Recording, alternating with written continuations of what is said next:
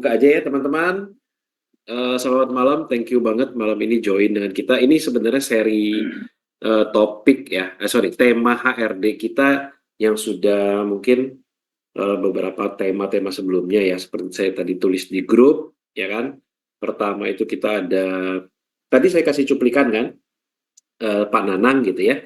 Pak Nanang membawakan bagaimana kita mengenali locker itu penipu apa enggak, ya kan. Terus kedua, jadi memang bertahap nih, kita memang memberikan suatu rangkaian cerita, ya, tema HRD itu mulai dari bagaimana mengenali locker, ya kan, kemudian bagaimana membuat CV yang menarik, ya kan, kemudian ada bagaimana menghadapi interview secara elegan, terus setelah itu bagaimana menghadapi interview user, ya, jadi ini serangkaian proses yang memang kita bikin rangkaian ceritanya, ya. Nah, setelah di interview HRD, user, nah tibalah saatnya kita menerima offering letter, ya kan.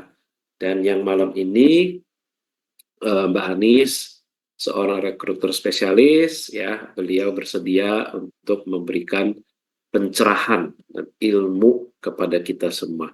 Jadi makasih banget Mbak Anis. Mbak Anis ini saya kontak melalui LinkedIn. Mbak Anis aktif di LinkedIn ya, sering sharing.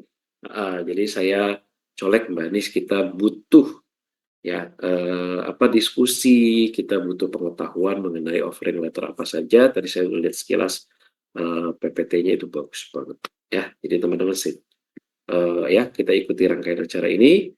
Kita serahkan ke Mbak Anis ya. Mbak Anis boleh perkenalkan dulu ya kan, kemudian nanti kita masuk ke materinya. Teman-teman santai aja ya, Mbak Anis santai, semua kita ngobrol di sini ya, mau sambil makan, mau sambil minum kopi ya, silakan ya, jangan sambil tidur aja ya. Oke, Mbak Anis, monggo. Oke, terima kasih banyak Pak Andi, Pak Andi dan Pak Yudi dan tim ASCI tim ya Pak ya, sudah mengundang saya. Selamat malam juga Bapak dan Ibu. Sebentar Pak, kayaknya sudah clear. Saya izin join menggunakan handphone ya Pak ya. Ya, boleh, nggak masalah, santai aja kok kita. Siap, selamat malam Bapak dan Ibu. Perkenalkan terlebih dahulu kali ya Pak ya. Kan boleh, kalau kita tidak perkenalan dulu. ya, kalau Bapak-Bapak bilang ya. Oke, perkenalan dulu, mungkin saya bisa memperkenalkan diri saya. Saya adalah Hans Dewinta, saya seorang praktisi HR recruitment.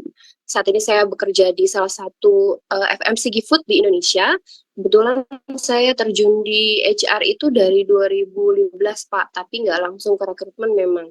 Awalnya di People Organization Development, lalu 2018 mulai di rekrutmen sampai dengan sekarang. Seperti itu. Jadi memang saya banyak expertnya di rekrutmen gitu, dan kebetulan Pak Andi kontak saya untuk menjelaskan satu proses dari flow proses rekrutmen offering, saya langsung setuju gitu. Sebenarnya basicnya dari beberapa hal sih ya, dari tadi tadi Bapak siapa ya Pak yang terima offering langsung angkanya gitu. Pak Meto. Oh ya. Pak Meto.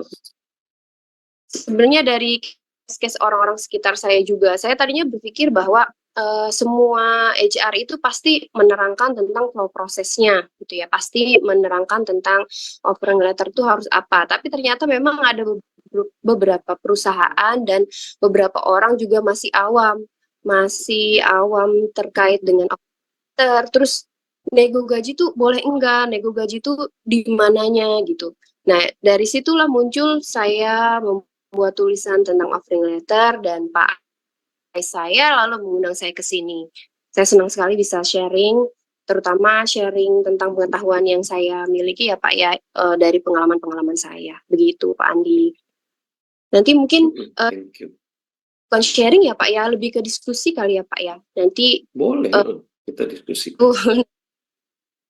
Berharap Bapak dan Ibu boleh bertanya tentang khususnya tentang offering letter gitu.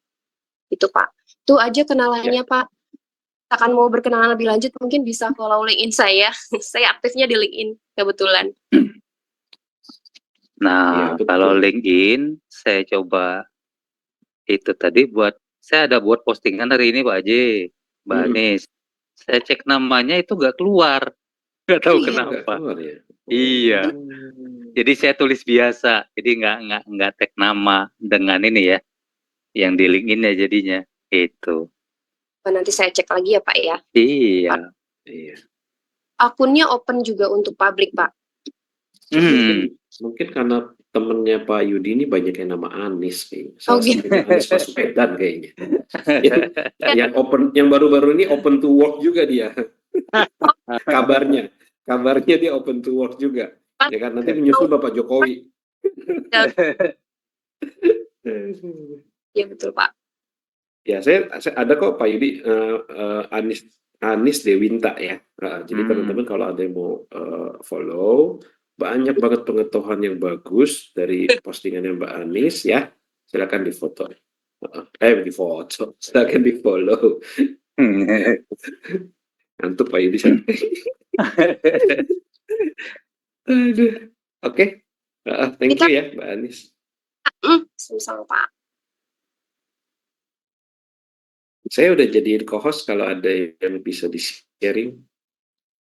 Mantap.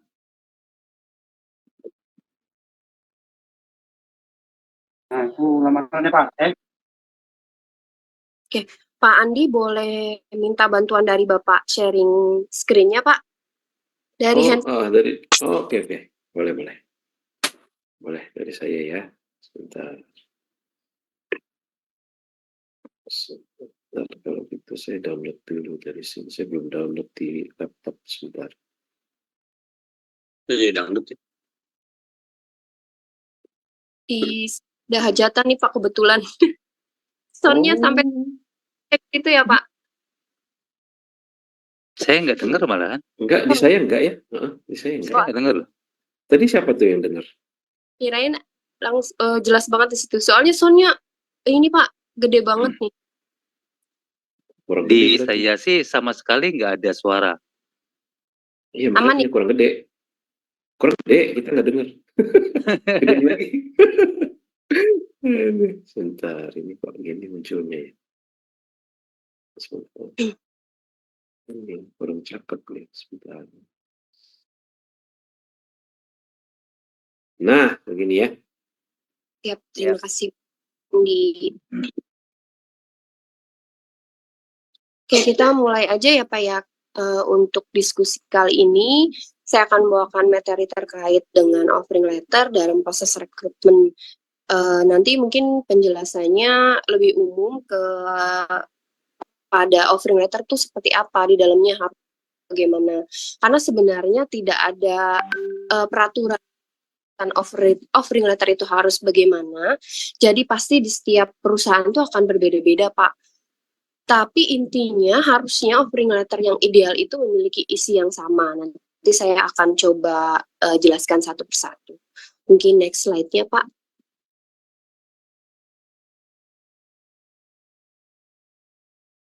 Oke, ini pengantarnya.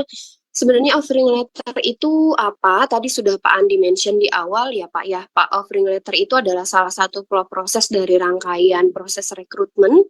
Biasanya offering letter itu adanya di akhir-akhir sebelum tanda tangan kontrak atau sebelum Bapak dan Ibu join dengan perusahaan. Gitu. Fungsinya nanti akan dijelaskan di slide selanjutnya.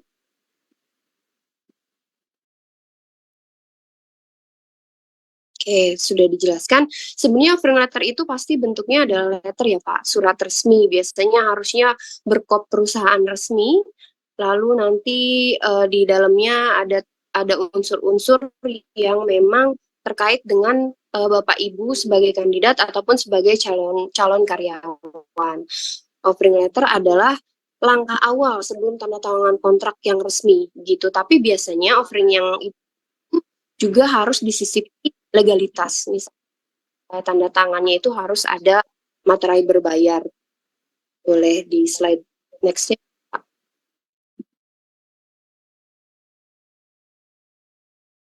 Oke, kenapa offering letter itu penting?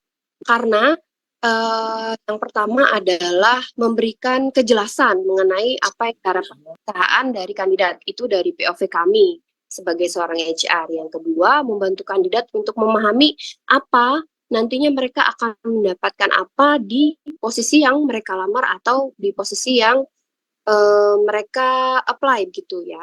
Lalu selanjutnya menjadi dasar negosiasi. Nah, biasanya idealnya negosiasi gaji atau tawar-menawar gaji itu di proses offering letter.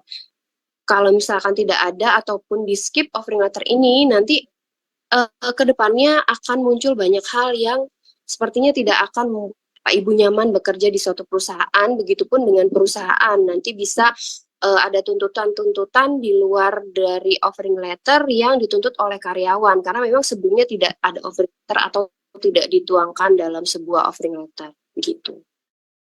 Boleh next slide, Pak. Oke, sebelumnya tadi sudah saya jelaskan dan Pak Andi mention juga, tapi saya akan notice lagi. Sebenarnya offering letter itu ada di mana posisinya? Nah, ini saya gambarkan alur proses rekrutmen secara singkat ya Pak ya. Tentunya sebelum screening CV itu banyak sekali prosesnya yang harus dilalui dari POV HR maupun kandidatnya, dari mulai apply, persiapan CV, dan lain-lain. Tapi ini saya gambarkan secara garis besarnya. Nanti ketika Bapak dan Ibu sudah di interview HR, biasanya yang pertama adalah screening CV, lalu interview oleh HR atau rekrutmennya, selanjutnya psikologi tes, lalu selanjutnya interview user. Nah, result akhirnya adalah di interview user. Hasil Bapak dan Ibu diterima ataupun tidak di posisi tersebut adalah ada di user. Begitu. Biasanya offering letter itu terjadi ataupun diberikan ketika result dari user sudah ada.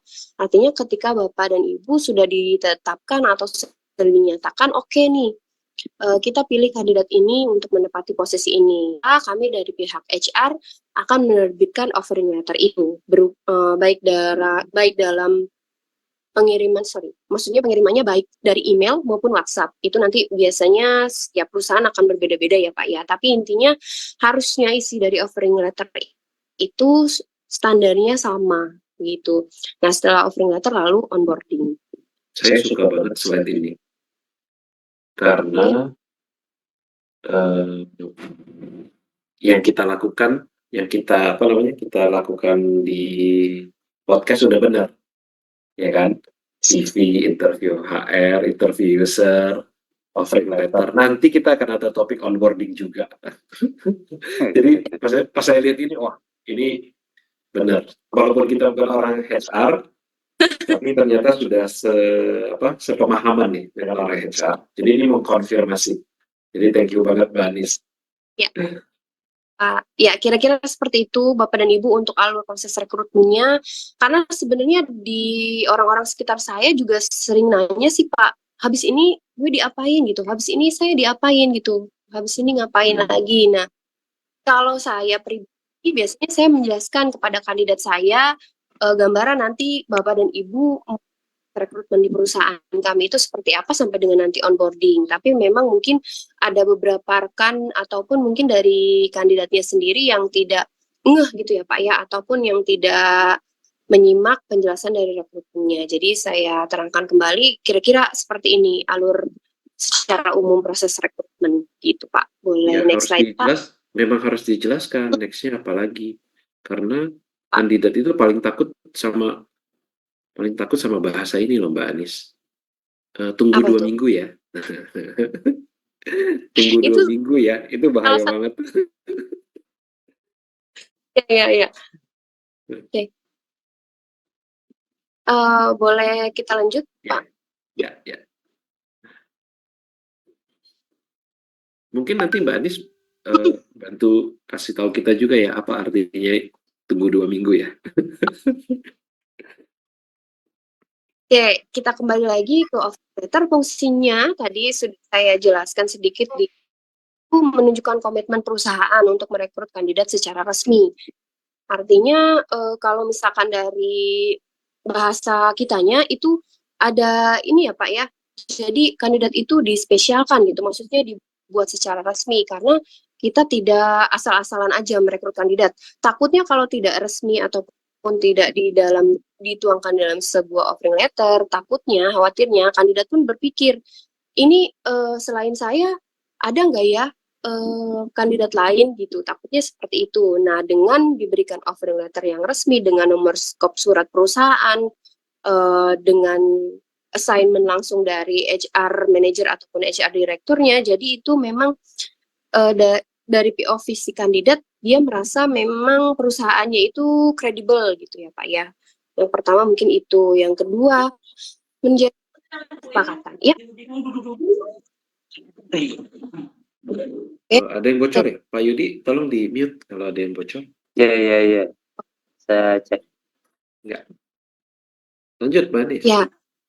Ya, lanjut ya Pak. Menjadi yang kedua adalah menjadi dasar kesepakatan awal. Ini adalah kesepakatan awal, tentunya adalah dalam sisi komben ya Pak ya, kompensasi and benefit. Terus yang selanjutnya membantu kandidat juga. Jadi biasanya di offering letter itu ada beberapa syarat dan ketentuan pekerjaan yang ditawarkan, misalkan durasi kontrak ataupun metode probationnya seperti apa gitu. Nanti di situ kandidatnya diinformasikan juga. Jadi kandidat juga tahu jelas seperti apa nanti mereka di perusahaan itu gitu. Yang selanjutnya mungkin menciptakan transparansi dan kejelasan bagi kandidat sehingga mereka bisa membuat keputusan yang tepat.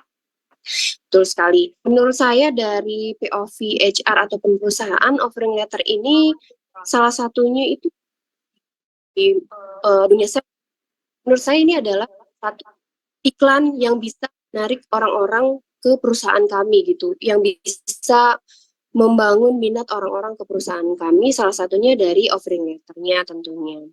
Seperti itu. Boleh dari next slide-nya Pak.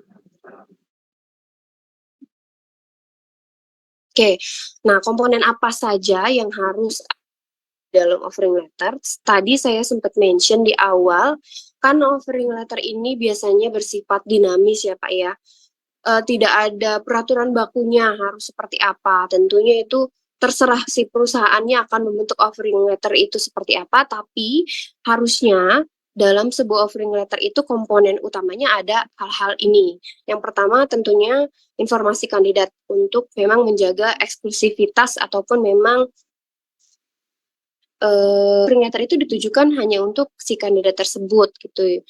Nanti di dalamnya harusnya ada nama kandidatnya, jabatan yang di-apply ataupun jabatan nantinya si kandidat ataupun si calon karyawan itu di perusahaan kami apa. Lalu informasi yang relevan lainnya, misalkan biasanya di offering letter itu karena semi surat kontrak biasanya akan lebih lengkap Pak. Biasanya isinya akan ada tempat tanggal lahir, nomor KTP, biasanya ada NPWP juga begitu. Lalu deskripsi posisinya minimal ada keterangan Bapak dan Ibu itu diterima untuk apa? Itu harus ada di offering letter. Gitu. Tanggal mulai ini sangat penting sekali karena ini berkaitan dengan tanggal mulai kontrak dan tanggal mulai di offering letter itu biasanya sama. Kontrak itu nanti akan mengcopy ataupun akan menjadikan offering letter menjadi acuan untuk membuat sebuah kontrak. Begitu. Lalu rincian gaji. Rincian gaji ini agak rumit, biasanya setiap perusahaan juga berbeda, tapi harusnya di dalam sebuah offering letter itu dijelaskan rincian gaji akan di breakdown dari mulai pokok, dari mulai tunjangan tetapnya, lalu tunjangan tidak tetapnya jika ada, lalu BPJS atau asuransi swasta jika ada, itu harus tertuang di dalam offering letter sehingga membuat kandidat ataupun calon karyawan tidak bingung gitu. Nah ini tadi sudah saya sebutkan tunjangan dan benefit itu harus ada asuransinya, menggunakan asuransi apa selain BPJS kalau ada, lalu cuti tahunannya berapa banyak, lalu bisa diambil setelah 1 tahun kah atau bagaimana mekanisme pengambilannya, begitu, tunjangan transportasi dan lain-lain. Itu harus ada, saya bilang harus ada di dalam sebuah offering letter begitu. Karena apa? Karena memang tadi seperti menghindari case-case seperti Pak Meto. Mungkin saja Pak Meto itu adalah kandidat potensial ataupun kandidat yang memang sangat diinginkan oleh user secara dari skill personalnya ataupun skillnya. Tapi melihat offering letter dari perusahaannya, Pak Meto masih berpikir-pikir berulang kali karena di dalam offering letternya tidak dijelaskan gitu. Nanti beliau akan mendapatkan apa saja. Nah itu menghindari hal-hal seperti itu. Menghindari kegagalan offering karena sebetulnya di kami pun di rekrutmen khususnya di fungsi rekrutmen di HR itu ada KPI namanya itu kalau tidak salah apa ya, judgment ratio. Jadi ada berapa orang yang kami offering dan ada berapa orang yang oke offering ataupun decline offering. Itu juga akan masuk ke KPI kami gitu. Itu menghindari tentunya itu POV dari kami ya. Yang keduanya yang menghindari kandidat-kandidat potensial tersebut kabur ataupun tidak mau men-sign offering letter dari kita gitu. Jadi memang perusahaan itu harus transparan mungkin dalam membuat offering letter sehingga membuat karyawan pun memutarnya tidak gambling gitu Pak. Oke, next slide. Iya menarik ya yang Mbak Ani sebutin tadi ya. Offering letter itu bisa sebagai kayak iklan atau brandingnya perusahaan ya kan. Karena ya benar terbukti dari kasus Pak Meto tadi begitu Pak Meto melihat kok offering letternya cuma gini gak jadi join ya kan. Betul. Terus tadi apa Anis rasio tadi yang rasio apa Judgment orang ratio. jadi judgment ratio ya namanya ya. Ya, betul. Oh, jadi kandidat yang sudah di offering berapa, yang terima berapa, kayak gitu-gitu ya? Pak. Halo? Iya. Ya. Betul Bapak. Jadi itu juga seorang HR diukur ya? Betul Bapak. Iya. Itu menarik. Betul Pak. KPI sebenarnya banyak kita Pak. Dari mulai kandidat yang di interview ada yang oke berapa dan tidak oke berapa itu juga masuk KPI kita biasanya. Lead time-nya juga masuk. Ini sebenarnya yang paling nyesek sih Pak. Kalau misalkan sebenarnya saya menemukan kandidat seperti Pak Meto, misalkan kandidat yang sudah berbulan-bulan saya tunggu ataupun saya nyarinya susah banget nih, tiba-tiba kandidatnya gagal di offering. Aduh itu sangat nyesek sekali bagi rekrutmennya. Jadi sebisa mungkin kita buat offering letter yang sangat transparan gitu Pak. Oke, menarik. Boleh Gitu. nanya, Bu? Boleh. Silakan. Ya, tadi kan termasuk KPI-nya HR ya, kalau offering letter ya. Halo. Ya, ini Pak siapa tadi, Maaf? Handoko, Pak. Oh, Pak Handoko. Silakan Ya. Pak Handoko. Ya. Tanya saya itu yang dihitung sebagai KPI-nya HR itu setelah dikirimkan offering letter-nya atau kadang-kadang saya pengalaman saya itu 2 kali di offering letter tuh by phone dan by WhatsApp. Nah, yang dihitung sebagai KPI HR-nya itu setelah suratnya dikirimkan. Karena kan ya tadi kan kalau masuk KPI kan berarti kalau suratnya belum jadi, kopnya belum jadi kan berarti kan belum bisa dianggap KPI-nya kan ya. Kalau saya nangkap ya, karena kan kalau by phone, by WhatsApp kan hanya sekedar deal-dealan aja nih. Oke, kalau oke saya bikin suratnya, kalau nggak oke ya saya printkan suratnya gitu. Jadi yang dimaksud KPI-nya itu setelah diprintkan suratnya, nomor kopnya keluar, atau setelah atau by HR manajernya atau direkturnya yang langsung offering kita gitu loh, by phone atau by WhatsApp ya. Karena saya 2 kali itu nemuin saya di offering tuh by WhatsApp 1 kali, terakhir Agustus tuh by phone, tapi mereka nggak mau kirim suratnya sebelum saya ngomong oke gitu loh, sehingga saya mereject pada saat itu. Oke, baik. Terima kasih Pak Handoko. Betul sekali Pak. Memang yang nanti akan jadi perhitungan adalah ketika si offering letter ini sudah terkirim ya Pak ya dalam bentuk dokumen gitu. Mungkin tadi HR yang offering Bapak juga tidak mau mengirimkan dulu, takut ketika sudah kirim tidak deal gitu. Ngaruh juga Pak. Tapi memang setiap perusahaan beda sih Pak. Kalau untuk saya sendiri memang ketika sudah dikirimkan ke karyawan gitu, ke calon kandidatnya Pak Handoko gitu. Baik Bu, terima kasih. Iya bagus juga Pak itu. Karena si HR kan juga mau jaga KPI-nya. Ya kan? Makanya Bapak coba di offer dulu pakai WhatsApp. Tapi menurut saya nggak apa-apa sih ya. Sorry. Mungkin perlu kita cermati ya. Tadi Pak Handoko mengatakan karena melalui WhatsApp terus nggak jadi itu concernnya apa ya Pak Handoko ya? Ya, jadi saya sebenarnya tahun 2022 udah di offer sama perusahaan ini ya. Lalu 2024 kemarin mereka offer yang kedua kali ya dengan posisi yang sama, cuma statusnya berbeda ya. Hanya saja waktu itu jelas kalau secara dari tahun 2002 ke 2004 pertama nurun ya secara kombennya. Yang kedua saya minta mereka untuk create dulu gitu loh, compare dengan offering saya yang tahun 2022 gitu. Tapi mereka secara totali saya kebetulan ya sangat detail juga kalau membaca offering saya satu-satu. Di WhatsApp itu saya detail satu ya. BPJS asuransinya apa saya tanya sampai apa saya detailin, nggak bisa jawab secara detail gitu ya. Tapi cuma mereka bilang bahwa baik dari yang sekarang gitu ya. Akhirnya saya langsung ya memutuskan untuk tidak lanjut. Nah kalau yang Agustus kemarin itu by phone Pak. Jadi by phone sangat cepat. Saya pun proses sangat cepat ya gitu. Jadi tidak ada yang kalau tadi yang alurnya Ibu Anis share tadi itu ya, itu di hari Jumat saya di call, Senin itu saya langsung interview 5 director di sana ya, jejer langsung 5 gitu ya. 2 direksi 5 ya.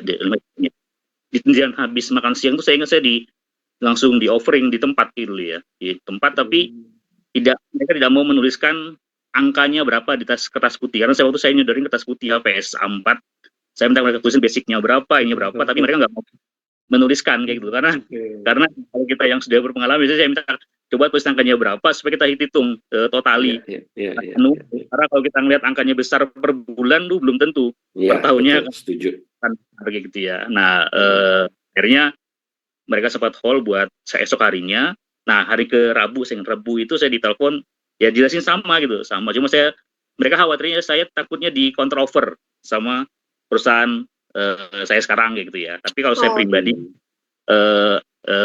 saya lihat bermain dua kaki juga kalau menurut saya pribadi ya, ini mohon maaf artinya mereka juga satu sih nggak mau ngeluarin tadi sebagai KPI-nya mereka kalau fail. Nah yang kedua mereka khawatir kalau saya takutnya di counter offer juga nih sama perusahaan saya gitu ya. Tapi saya pengen aja secara detailnya itu basicnya berapa, transportnya berapa, asuransinya apa aja, semua itu tertera gitu loh Pak. Tertera gitu loh, tertera jelas kayak gitu ya, yang kayak Bu Ani sampaikan tadi gitu. Ya, artinya Pak Handoko mencium sesuatu yang aneh lah ya dalam proses itu. Harusnya menuliskannya nggak masalah sih. Saya biasanya juga sebelum offering pasti HR-nya suka WA saya dulu, tapi detail. Jadi nggak sepotong-sepotong atau tidak ada yang disembunyikan dari mereka, detail, saya baca, saya oke, baru dikirim offering letter. Itu menurut saya lazim sih. Ya, tapi ini mungkin karena mereka nggak mau gitu ya, agak relaktan gitu ya, mendetailkan itu. Mungkin itu yang jadi pertimbangan akhirnya nggak jadi diambil kali ya. Ya, karena kurang detail Pak ya. Karena kan saya juga pernah ngalamin join suatu perusahaan yang kurang, karena waktu saya pikirnya ini saya cabut dulu deh karena ada sesuatu hal, karena saya cabut dulu dah. Saya pindah aja gitu, saya nggak mikirin nanti seperti apa. Tapi ada plus minusnya lah ya, namanya saya pindah gitu ya. Tapi ya setelah saya pindah, setelah saya pelajarin, akhirnya saya perlu detail lagi nih, baca nih saat saya move ke suatu perusahaan nih. Jadi saya bisa detail dulu, saya tanya HR-nya nih, ini dapatnya apa aja, bla bla. Ya, mungkin tanda kutip dianggap kita bawel gitu ya, tapi padahal kita penting buat kita, soalnya ketika kita move satu perusahaan itu tuh bukan main-main gitu loh, kita harus benar jangan sampai setengah-setengah ketika masuk, kok kayak gini ya gitu ya, jadi kayak gini manajemennya, kok berubah-ubah omongannya. Akhirnya kan kita kan pasti 3 bulan probation, terus saya pasti udah nyari yang lain gitu. Betul banget Pak, makanya kita ada acara hari ini. biar kita semua tahu bahwa jangan langsung seneng ada offering letter gitu ya, tapi harus dilihat dulu isinya apa gitu ya, karena memang ini paling krusial sih menurut saya ya, paling krusial karena banyak banget kandidat ya menyiapkan CV, menyiapkan interview, tapi tidak ada dari pembicaraan atau diskusi yang mengatakan bagaimana kalau kita terima offering letter, apa yang harus kita lakukan gitu kan ya, gitu. Tapi thank you sih Pak Handoko ininya cerita pengalamannya, thank you Mbak Anis. Baik, terima kasih Pak Handoko sharingnya ya Pak ya. Emang betul sih Pak, kalau misalkan kita offering letter itu kalau misalkan tidak dirincikan, takutnya ya kalau dari saya pribadi, kalau misalkan tidak ada rinciannya, misalkan kita dapat sekian, wah terlihat sangat besar nih, kenaikannya misalkan 30% lah dari yang sekarang, tapi kita nggak tahu itu basic wage-nya berapa, tunjangan tetapnya berapa, nanti kan itu akan merugikan kita kalau misalkan ternyata wah basic wage-nya ternyata lebih kecil dari yang sekarang. Karena kan untuk pelaporan BPJS ketenagakerjaan atau pensiun setahu saya ya Pak ya, basicnya kan dari gaji pokok ya Pak ya, bukan dari take home pay keseluruhan. Jadi itu juga kan akan juga bagus sih Pak, teliti ke gajinya itu apa aja. Ya karena bener ini barusan teman saya ada yang cerita, dia bilang di tempat yang baru itu dia ditawarin gaji itu naik 30% memang dari gaji bulanan. Tapi untungnya dia pulang dan dia hitung secara annually ternyata nggak naik malah. Dan akhirnya dia nggak terima. Nah ini pentingnya kita mencermati ini. Oke. Ada lagi yang bertanya? Kita lanjut dulu ya. Kita lanjut. Tadi komponen-komponen utamanya sudah saya jelaskan. Mungkin ini komponen tambahan, tapi juga jujur di perusahaan saya juga tidak ada. Tapi kalau misalkan ada, akan lebih bagus. Jadi nanti di dalamnya akan ada dijelaskan kesempatan kenaikan jabatannya bagaimana, informasi tentang potensi kenaikan jabatan dan pengembangan karir. Nah ini ranahnya di people development ya. Biasanya jarang diterapkan di offering sih. Yang setahu saya, tapi mungkin ada beberapa perusahaan yang menerapkan malah sangat lebih bagus sekali gitu. Di dalamnya diterangkan bahwa jenjang karirnya nanti mungkin minimal ataupun maksimal 2 tahun di kami sudah harus naik grading ataupun harus naik kelas. Kalau misalkan tidak naik kelas itu konsekuensinya bagaimana dan lain-lain gitu. Itu mungkin lebih bagus ya Pak ya.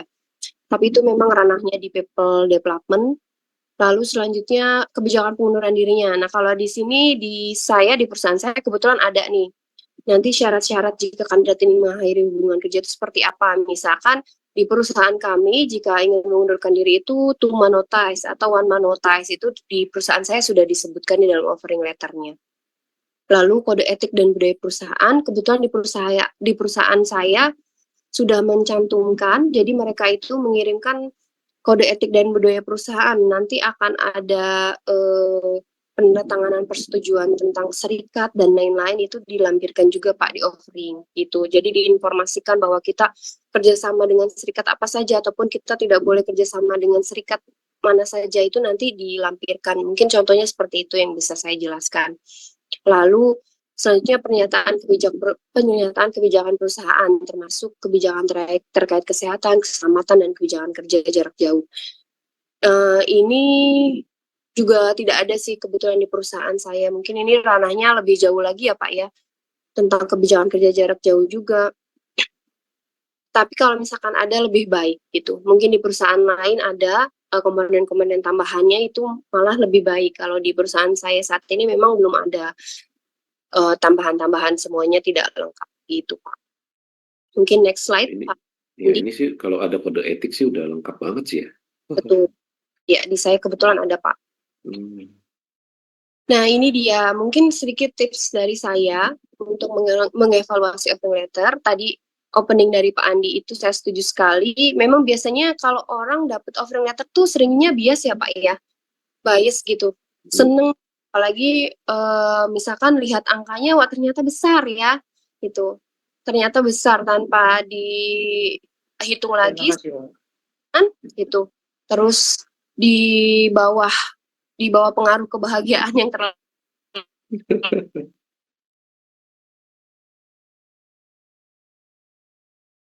juga biasanya gitu sih.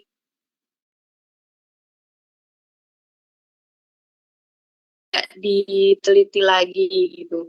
Yang pertama sih tinjau dulu ekspektasi kita, terutama dalam saya. Lalu standar industri yang kita apply ataupun standar industri yang sedang kita jalani saat ini. Dari mana sih kita bisa lihat standar gaji dari posisi kita saat ini? Sekarang sudah banyak ya Pak ya, sudah banyak sekali website-website yang mengadakan survei gaji gitu. Ataupun kalau mau lebih gampangnya kita cari job street aja dengan posisi yang sama. Biasanya ada beberapa perusahaan yang menampilkan rate gaji mereka tuh, rate range-nya dari berapa ke berapa. Nah kita bisa pelajari ataupun bisa lihat contohnya dari situ kalau lebih mudahnya gitu. Mbak Anis, kalau kita pakai Michael Page atau Parsons Kelly gitu ya, mereka kan ada survei salary guide tahunan Yep. gitu ya. Beberapa kali sih kalau saya lihat itu teman-teman suka bilang, yang benar ini mah ketinggian gitu kan. Nah, apakah bijaksana kita menggunakan itu atau lebih baik kita cari di sumber yang lain kayak tadi ya di Jobstreet atau di tempat lain ya, karena memang Parsons Kelly sama Michael Page itu kayaknya memang itu ya rata-rata perusahaan bonafit kayaknya ya. Biasanya mungkin mereka ambilnya juga dari perusahaan bonafit, betul Pak. Yang lebih realistis sih menurut saya di Jobstreet sih ya Pak ya. Karena memang betul dari perusahaannya, terus perusahaan yang berani menampilkan range gaji juga menurut saya cukup banyak. Jadi real gitu, realitinya seperti itu. Bahkan biasanya saya lihat di Jobstreet juga ketimpangannya banyak yang ketimpangan ya Pak ya, tergantung dengan besar kecilnya si perusahaan tersebut gitu. Jadi kita bisa lihat dari Jobstreet sih lebih baik menurut saya. Terus lihat lagi kalau mau lebih relevan perusahaan kita atau perusahaan yang sedang kita proses itu peer-nya dengan perusahaan apa di Jobstreet. Biasanya itu akan sama. Misalkan saya bisa contohkan saya di FMCG Food ya Pak ya. Biasanya kalau mau lihat trend salary di perusahaan saya, lihat range salary di perusahaan yang sama gitu. FMCG Food itu biasanya angkanya tidak terlalu jauh berbeda. Biasanya sama, standarnya di situ di angkanya gitu Pak. Oke. Iya. Karena saya biasanya lihatnya ke sana, Michael Page sama Parsons Kelly. Soalnya saya maunya dibandingin sama yang tinggi. Tapi yang realistis justru ke job. Jadi tipsnya adalah cek di Jobstreet itu lebih realistis, plus cari industri yang sejenis cari industri dan perusahaan yang comparable gitu ya, secara size, secara industri gitu ya. Begitu ya Mbak Anis ya. Kalau ini kan dalam forum kita ya Pak ya, saya langsung sebutkan merek aja nggak apa-apa ya Pak. Misalkan Boleh. misalkan Bapak dan Ibu sedang diproses di perusahaan Mayora, misalkan ya ada karyawan Mayora di sini. Nah, Bapak dan Ibu boleh searching ataupun cari tahu tentang salary-nya itu boleh ke Indofood, ke Wings, itu kan sama ya Pak ya, secara ukuran, secara perusahaan. Orang tua grup gitu kan ya. Ya. Iya, seperti itu contohnya Pak. Gitu. Ya, sip. Terus ketiga nih, pastikan lagi tidak ada detail yang ambigu dan tidak jelas seperti tadi. Sebenarnya banyak sih Pak. Orang-orang terdekat saya juga banyak yang mendapatkan offering. Kalau menurut saya ngirimnya lewat WhatsApp ataupun lewat email itu nggak masalah ya Pak ya, menurut saya ya. Selama memang offering itu memang offering letter yang sesungguhnya gitu, memang yang offering letter yang standar. Tapi yang jadi masalah itu biasanya banyak di offering letter itu yang tidak menyebutkan dengan breakdown rinciannya, basic wage-nya berapa, terus tunjangannya berapa, itu yang menurut saya wajib ditanyakan ke pihak perusahaan sih Pak. Karena kita berhak tahu salary kita itu gaji pokoknya berapa dan lain-lainnya itu berapa, kita berhak tahu untuk perhitungan kita juga gitu. Itu sangat wajib menurut saya jika memang ada Bapak dan Ibu yang mendapatkan angka bulat saja, itu tidak dirincikan. Karena khawatirnya, ini case yang terjadi di teman saya juga, khawatirnya jika menerima offering letter seperti itu, biasanya nanti di slip gajinya juga bermasalah Pak. Nggak ada rinciannya juga biasanya. Nanti tahu-tahu kita bulan pertama nih mendapatkan angka yang sesuai dengan di offering letter, tiba-tiba di bulan kedua atau bulan ketiga tidak sesuai. Nanti ketika kita confirm, oh iya itu udah potongan asuransi, nah ternyata asuransi tidak di cover dan lain-lain, takutnya terjadi seperti itu.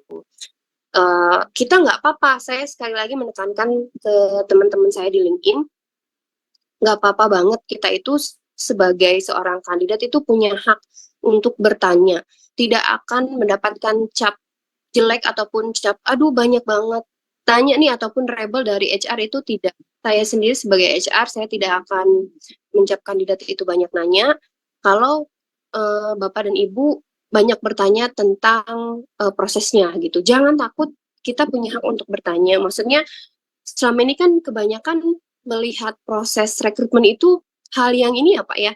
Apalagi berhadapan dengan HR itu, apalagi teman-teman yang masih fresh grade ataupun yang misalkan new entry atau yang belum banyak pengalaman itu melihat HR ataupun berkomunikasi dengan HR itu serasa tabu gitu. Kita nggak boleh nanya, padahal boleh, sangat boleh sekali. Itu nantinya offering letter itu bergantung pada masa depan ataupun kehidupan pekerjaan Bapak dan Ibu ke depannya gitu. Bayangkan kita malu bertanya aja nanti tersesat di jalan, apalagi malu bertanya saat offering, nanti kita yang ada kecewa gitu ketika sudah dapat gajinya ternyata wah tidak sesuai dengan ekspektasi, apalagi tidak sesuai yang ditulis. Itu Bapak dan Ibu jangan khawatir, silakan bertanya saja, jangan pernah takut. Asal tanyanya yang sopan gitu kan, jangan gitu, nggak dijawab gitu ya. Maksudnya yang sopan bukan karena HR-nya harus dituankan ya Pak, bukan, maksudnya ya nggak yang ya memang adabnya kan. Memang adabnya. Ya kan, jangan nggak sopan, ya nanti jadi konten loh, hati-hati. Itu warga negara Konohan dan sekali. Lu sering gitu ya? kalau orang Konoha gitu, orang Indonesia mah kayaknya nggak ada yang kayak gitu deh. Oh enggak ya?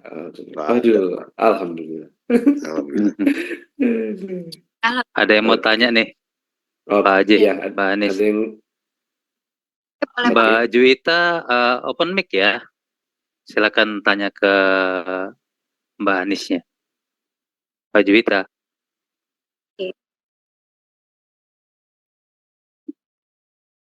Mbak Jui. Mbak Juwita.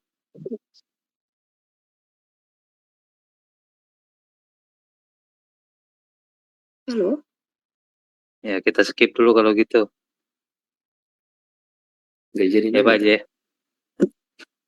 Belum open mic orangnya. Udah nggak ada? Ada orangnya. Oh iya ada nih. Masih. Ya udah, kalau gitu kita kasih kesempatan si ini aja, si Galih nih. Siapa? Ya, cepet banget loh.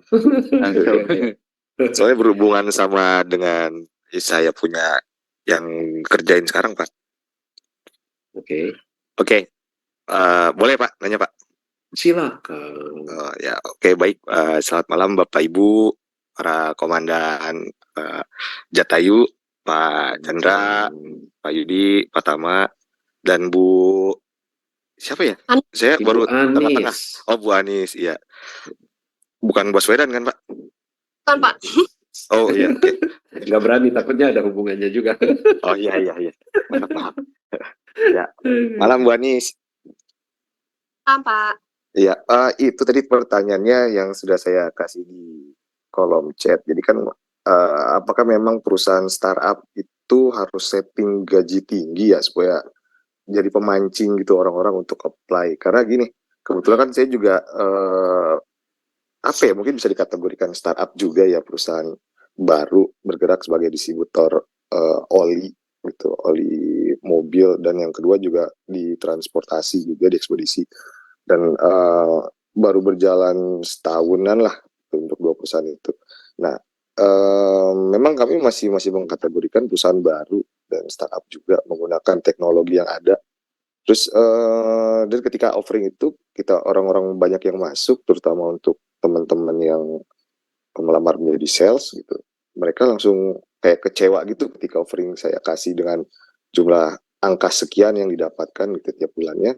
Loh, ini kan perusahaan startup kok segini ya gajinya ya? Loh, saya bilang, startup mana loh? Gitu kan. Ini enggak yang, ya oke lah kita startup, tapi ini enggak segitunya deh. Ente minta 2 digit udah awal-awal gitu.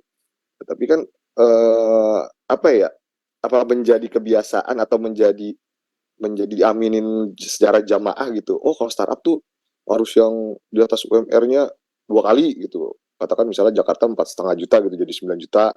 Bahkan ada yang nyampe di 2 digit, 10 juta gitu.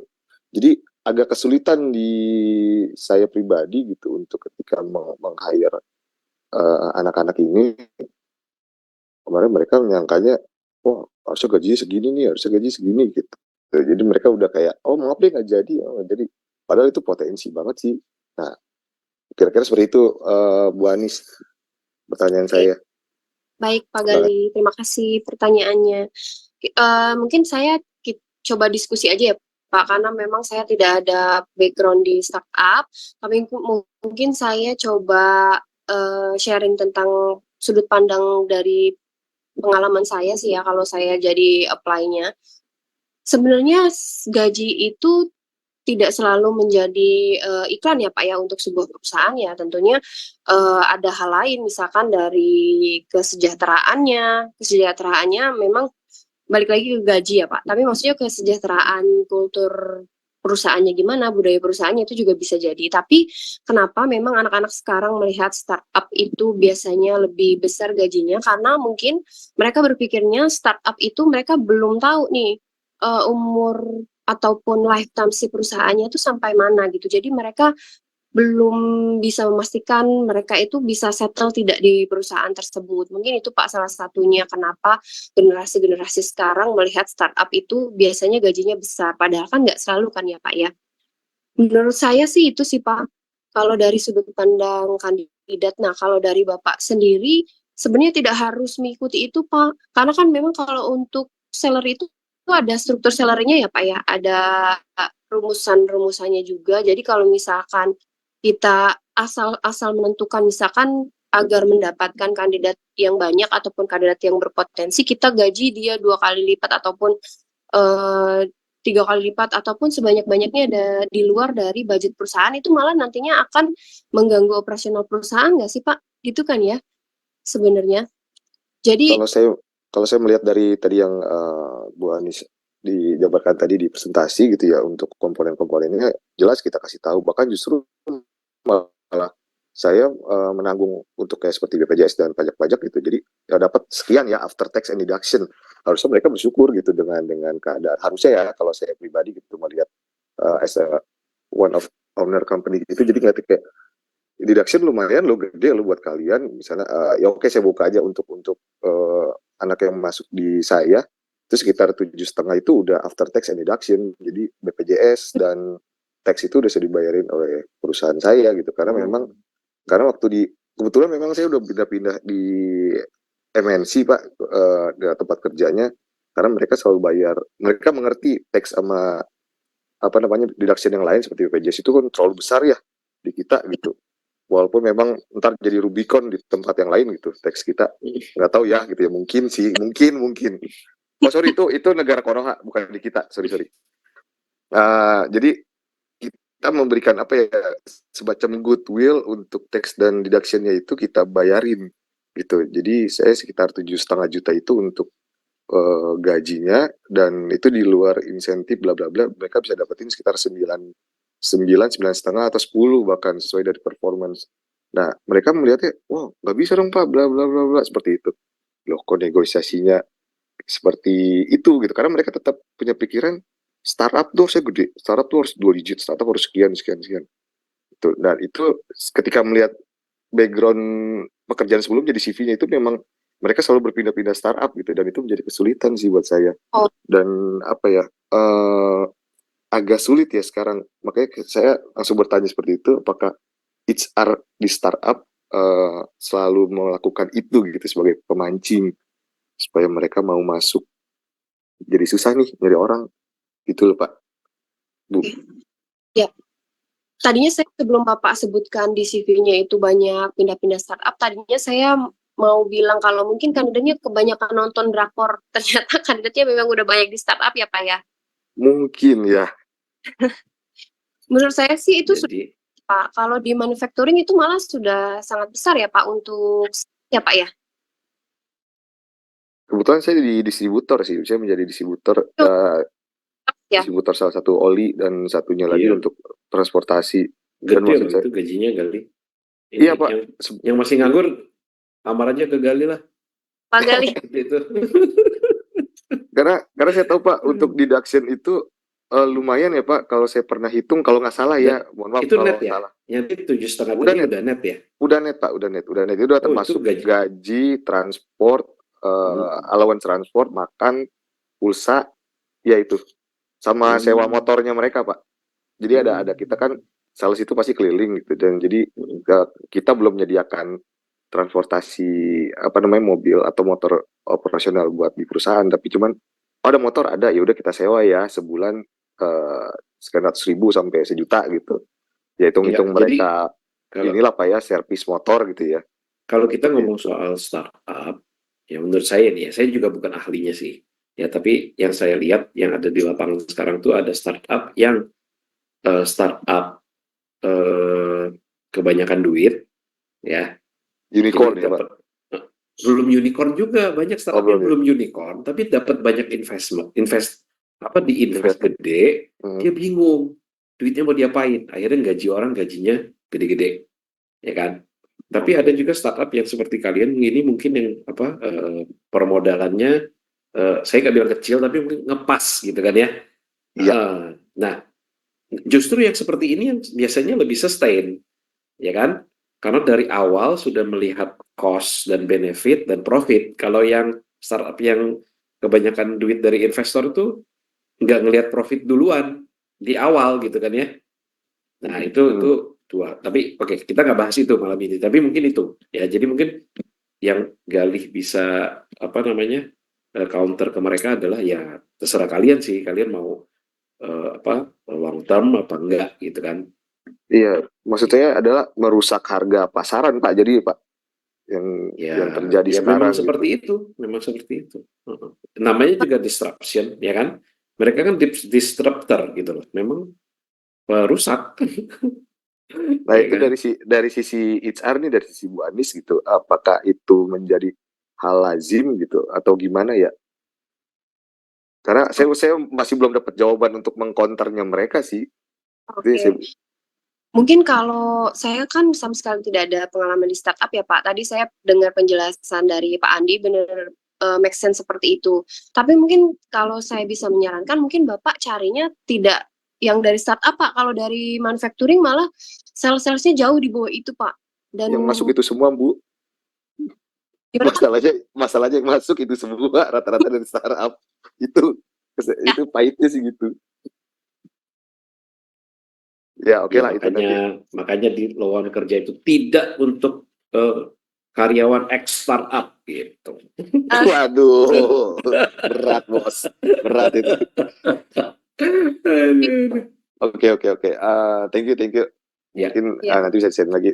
Silakan Pak dan juga Bu. Pak Yudi, kita mau lanjut ke pertanyaan apa ke PPT? Mbak Anis, PPT-nya masih banyak nggak bahan ininya? Sebentar. Daripada itu kita mending foto dulu kali ya. Foto dulu deh, kalau bisa on cam yuk. On cam yuk, kalau bisa on cam. Lanjut Mbak. Tadi saya lanjut, sebenarnya apa yang perlu dipertimbangkan sebelum Bapak dan Ibu menerima offering letter yang pastinya Bapak dan Ibu pastikan dulu pekerjaan tersebut adalah sejalan dengan tujuan karir jangka panjang.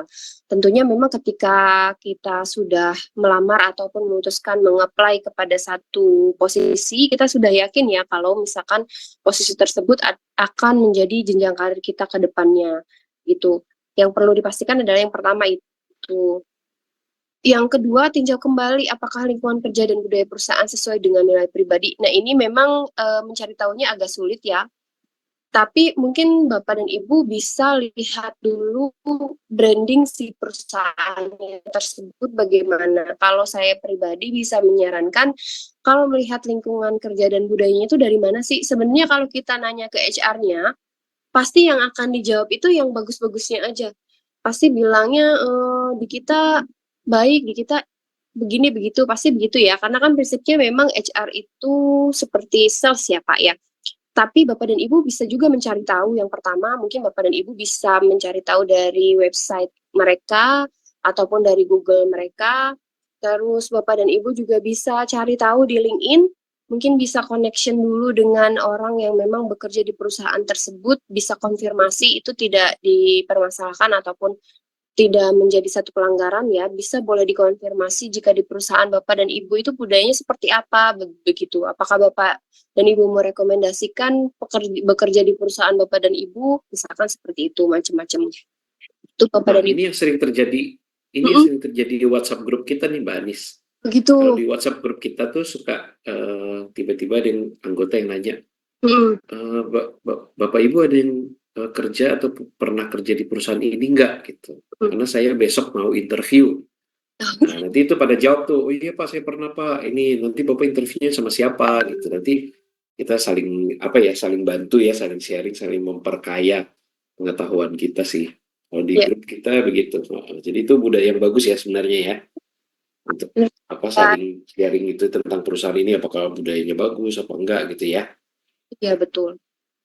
Kandidat juga harus cari tahu sih Pak, bukannya pilih-pilih ya menurut saya. POV kandidat saya juga perlu tahu perusahaan yang nantinya akan menjadi rumah saya itu seperti apa gitu di dalamnya. Itu dari berbagai cara saya cari tahu sih nggak masalah sih Pak sebetulnya. Lalu selanjutnya evaluasi lagi peluang pengembangan karir di perusahaan tersebut bagaimana. Nah ini juga sepertinya akan cari di website juga mereka biasanya tidak menampilkan proses promosi, perjalanan promosi orang-orang ya Pak, sangat jarang ya menurut saya. Nah ini juga bisa dilakukan dengan cara seperti tadi, seperti kita cari tahu tentang budayanya, bisa ke karyawan yang pernah bekerja ataupun sudah bekerja di situ, boleh ditanyakan nanti untuk pengembangan karirnya bagaimana di situ, stuck-kah ataukah ada memang proses pengembangan ataupun development people-nya sudah jalan ataupun belum, itu juga bisa jadi salah satu pertimbangan. Karena menurut saya kita kan berkarir nggak cuman, misalkan kita sekarang join sebagai supervisor, kita nggak mungkin dong 5 tahun lagi juga akan menjadi supervisor saja, menurut saya ya, itu dari POV saya. Kita juga butuh kepastian di tempat tersebut kita bisa nggak berkembang ataupun di tempat tersebut ada nggak kesempatan untuk kita berkembang. Itu pun bisa jadi salah satu pertimbangan Bapak dan Ibu untuk menerima offeringnya itu. Atau misalkan biasanya HR-nya dijelasin tuh, ada HR yang memang menjelaskan ketika ditanya sama kandidatnya, Bu, bagaimana perkembangan atau pengembangan karir di situ, gimana, jalan nggak ya? Biasanya ada yang menjawab, biasanya ada yang tidak menjawab juga. Kalau ada yang jawab itu alhamdulillah, nanti bisa dijelasin tuh, kita jadi tahu di dalam perusahaan tersebut gambaran pengembangan karirnya gimana gitu. Mungkin bisa ya mungkin salah satu tips and triknya adalah kita cari di LinkedIn, karena saya pernah cari gitu ya. Nah, saya sebut aja McDonald gitu ya, McDonald di Indonesia. Jadi saya pernah cari orang-orang yang ada di LinkedIn yang kerja di McDonald itu kerjanya sebentar-sebentar apa lama gitu ya. Ternyata pada kerjanya lama-lama. Kalau di McDonald 5 tahun itu udah termasuk cepat gitu ya. Nah terus saya nemu salah satu gitu ya yang kerja di sana 19 tahun, deputy director, jabatan sekarangnya, dan 19 tahun yang lalu dia adalah store asisten lah gitu. Jadi dari store asisten, terus saya lihat tuh perkembangan karirnya di situ, wah luar biasa ya. Jadi mungkin salah satunya bisa kayak gitu. Jadi kita cari manajer-manajer yang ada di sana atau bahkan direkturnya, apakah mereka berkembangnya tuh dari perusahaan itu atau dari perusahaan lain. Itu salah satu kita bisa lihat untuk yang nomor 3 itu kan. Itu sih. Ya. Terima kasih Pak Andi, tambahannya betul sekali. Menurut saya juga itu bisa dilihat dari untuk kita cari tahu nomor 2 ya Pak. Karena kalau misalkan semakin lama karyawan tersebut bertahan di sebuah perusahaan, menurut saya budaya dalamnya juga berarti bagus kan Pak ya. Betul. Ya. Itu selain memang faktor salary atau uang itu tidak selamanya bisa membuat karyawan itu bertahan. Itu pengalaman saya. Setuju banget. Lucu gitu ya. Iya. Izin Bu Anis. Iya, silakan Pak. Mau nambahin Bu, yang poin 2 tadi Bu. Jadi ini pengalaman saya pribadi Bu ya. Saya biasanya kalau saya itu pengalaman saya karena terkait offering letter tadi Bu ya. Saya biasanya sebelum sign offering letter itu saya minta plantur dulu Bu ke pabriknya Bu. Jadi sebenarnya dari sana ketahuan itu dari mulai security masuk ya sampai nanti posisinya, lingkungannya, pabriknya bersih apa enggak gitu ya. Terus orang-orangnya ramah apa enggak dari resepsionisnya gitu ya. Terus cara HR-nya menjamu kita dikasih air minum apa enggak gitu. Itu sebenarnya menurut saya pribadi ya kalau saya beberapa kali itu kita bisa ngelihat culture-nya seperti apa Bu. Terus saya juga bahkan pernah join meeting, ikut mereka meeting gitu ya.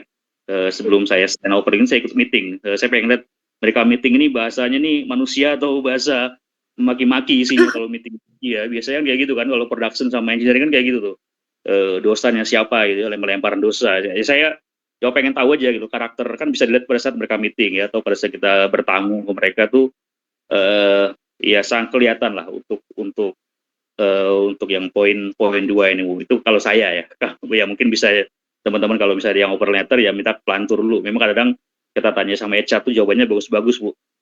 Bagus-bagus ya tadi kayak 5 tahun supervisor ya. Saya jujur aja saya dulu 5 tahun tempat saya yang pertama kali saya kerja, bukan perusahaan saya kedua itu 5 tahun saya nggak naik-naik Bu. Di supervisor aja gitu, terus supervisor aja gitu.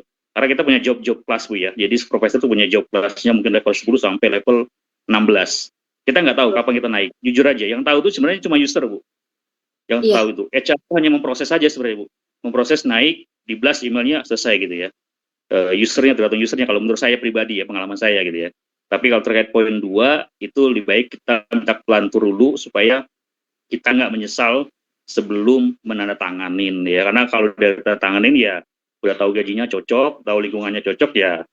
Kalau tahu perilaku selama 3 bulan di sana kurang bagus, interview ya mungkin memang ya rezeki kita memang belum baik aja di sana gitu. Tuh, Bapak. Itu aja Pak. Terima kasih tambahannya. Setuju Pak, saya setuju sekali. Mungkin kalau misal levelnya sudah manajerial itu biasanya diajak ya Pak kalau plantur. Tapi kalau misalkan levelnya masih staff ataupun misalkan levelnya ya level staff itu bisa dilihat ketika kita mungkin interview onsite ya Pak atau ke perusahaannya. Itu bisa dilihat dari jajaran frontlinernya seperti apa berperilakunya, itu juga bisa dilihat sih tambahan. Ya intinya pada saat interview kalau misal offline tuh lihat aja dikasih minum apa enggak gitu aja. Enggak. Iya. Oke. Ya, next mungkin Pak.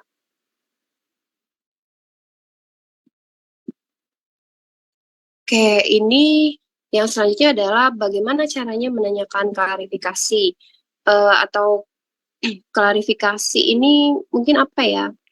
Kita klarifikasi offering letter itu bukan klarifikasi ya, mungkin ini saya salah. Bagaimana caranya menanyakan klarifikasi, menanyakan tentang poin-poin di dalam offering letter tersebut. Yang pertama tentunya sampaikan pertanyaan dengan cara yang sopan dan profesional. Tadi seperti kita sudah bahas, enggak di PPPPP gitu ya Pak ya. Ada adabnya gitu. Selanjutnya ajukan pertanyaan terkait aspek yang belum jelas aja. Jadi kalau misalkan tertulis, jadi kesannya kita minim literasi ya Pak ya, tidak membaca. Jadi benar-benar kita harus tanya yang memang menurut kita belum jelas ataupun belum tertuang di dalam offering letter ataupun di dalam struktur gajinya. Lalu yang selanjutnya mungkin Bapak dan Ibu bisa menjelaskan kenapa saya bertanya seperti ini, Bapak dan Ibu, karena terkait dengan ini bergantung dengan pengambilan keputusan saya nantinya, begitu Pak. Mungkin ini tadi ada yang belum dijelaskan rincian salary-nya, mungkin itu bisa dipertimbangkan. Bukan mengancam ya, jadi memperjelas ke HR, Bapak dan Ibu tolong dong dijelasin ini tuh menyangkut dengan keputusan saya nanti mau gabung atau enggak sama Bapak dan Ibu gitu mungkin kasarnya ya Pak ya. Tuh, oke, yang selanjutnya, next slide.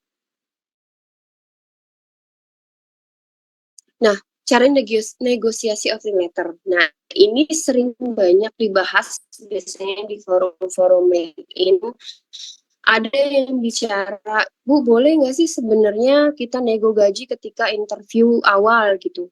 Jawabannya boleh, tapi lebih afdol adalah ketika di offering letter gitu. Di offering letter ini adalah wadah kita untuk kita nego gaji kita ataupun nego angka yang diberikan oleh perusahaan. Tapi sekali lagi, Bapak dan Ibu, ini case yang sering saya temui ya Pak ya. Biasanya kan kita ketika interview ataupun pemberkasan dan lain-lain, kita sering menanyakan ya Bapak dan Ibu, mungkin ekspektasi salary-nya di angka berapa, gitu kan ya Pak ya. Biasanya kita nanya seperti itu. Nah, diusahakan Bapak dan Ibu ketika menyebutkan angka tersebut adalah angka yang Bapak dan Ibu inginkan sudah take home pay. Jadi Bapak dan Ibu nggak mau tahu tuh mau pengurangan apa, yang penting saya taunya segitu ketika saya bawa pulang uangnya gitu.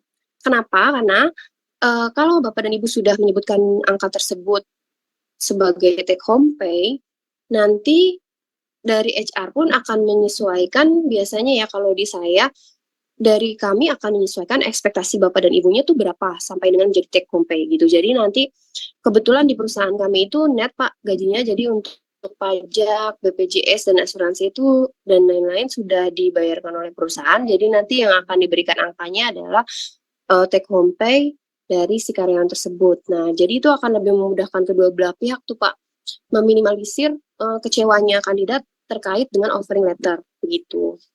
Jadi silakan disampaikan ekspektasi take home pay semuanya. Jangan, biasanya saya pengalamannya gini, dia sudah menyebutkan saya ekspektasinya di angka 10 Bu. Oke, kita buat semuanya 10 sampai dengan take home pay 10 rinciannya dan lain-lainnya sampai dengan take home pay 10. Tiba-tiba kandidatnya, Bu, saya harapannya tuh 10 salary-nya doang. Dengan tunjangan saya berharapnya segini. Nah, itu sebenarnya agak kurang elok ya Pak menurut saya. Jadi untuk Bapak dan Ibu di sini mungkin bisa disebutkan bahwa harapan gaji itu adalah ya take home pay gitu. Bapak dan Ibu berharap ketika sudah mendapatkan tunjangan dan lain-lain itu yang dibawa ke rumah itu ya harapan gaji ataupun salary ekspektasi dari Bapak dan Ibu itu akan memudahkan negosiasi. Itu salah satu tips dari saya sih Pak. Biasanya HR kan semuanya mengacu kepada si ekspektasi karyawan tersebut dan disesuaikan dengan budget perusahaan. Gitu mungkin Pak Andi. Nah, kalau Bapak dan Ibu memang kebetulan mendapatkan rezekinya itu HR-nya ataupun perusahaannya itu mengabaikan ekspektasi dari Bapak dan Ibu, misalkan ekspektasi saya di angka 12, kok saya dikasihnya 9 nih, jauh banget nih. Nah, itu Bapak dan Ibu boleh nego, sangat boleh sekali. Tentunya negonya harus dengan membawa data ataupun memberikan alasan yang tepat ya Pak ya. Yang pertama mungkin ini tidak sesuai dengan ekspektasi salary saya. Itu sangat make sense sekali karena ekspektasinya di awal di angka 12. Kalau misalkan dari HR-nya bilang kita segitu gitu, budget kita segitu Pak untuk posisi itu, Bapak dan Ibu boleh menyangkal dengan data. Kalau di PPT saya dengan Bapak dan Ibu membawa data range salary dari jabatan yang sama di perusahaan yang sama, itu juga bisa jadi boleh dijadikan alasan pengajuan negonya. Lalu ketika meminta negosiasi, diusahakan tetap realistis dan tetap sopan. Tadi seperti yang tadi saya bilang, banyak kandidat di kami itu ketika diberikan offering letter, mereka berubah pikiran. Mungkin mereka ternyata saya diterima nih dengan minta segini, saya diterima, minta nambah gitu mungkin ya, mungkin itu. Sebenarnya seperti itu tidak apa-apa, tapi nantinya akan menyulitkan kedua belah. Lalu yang selanjutnya, kalau misalkan Bapak dan Ibu memang masih mau nego dan kurang setuju dengan angka yang diberikan oleh HR, silakan Bapak dan Ibu berikan keterangan fleksibilitas ataupun negotiable gajinya gitu. Biasanya saya bertanya sih pas awal saya hiring kandidat itu, ekspektasi salary Bapak di angka berapa Pak? Misalkan di angka segini, apakah negotiable atau tidak?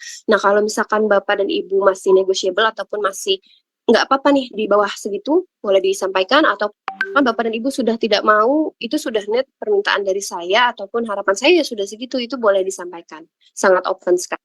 Itu mungkin cerita saya tentang negosiasi offering letter atau boleh silakan mungkin ada yang ingin ditambahkan atau ditanyakan.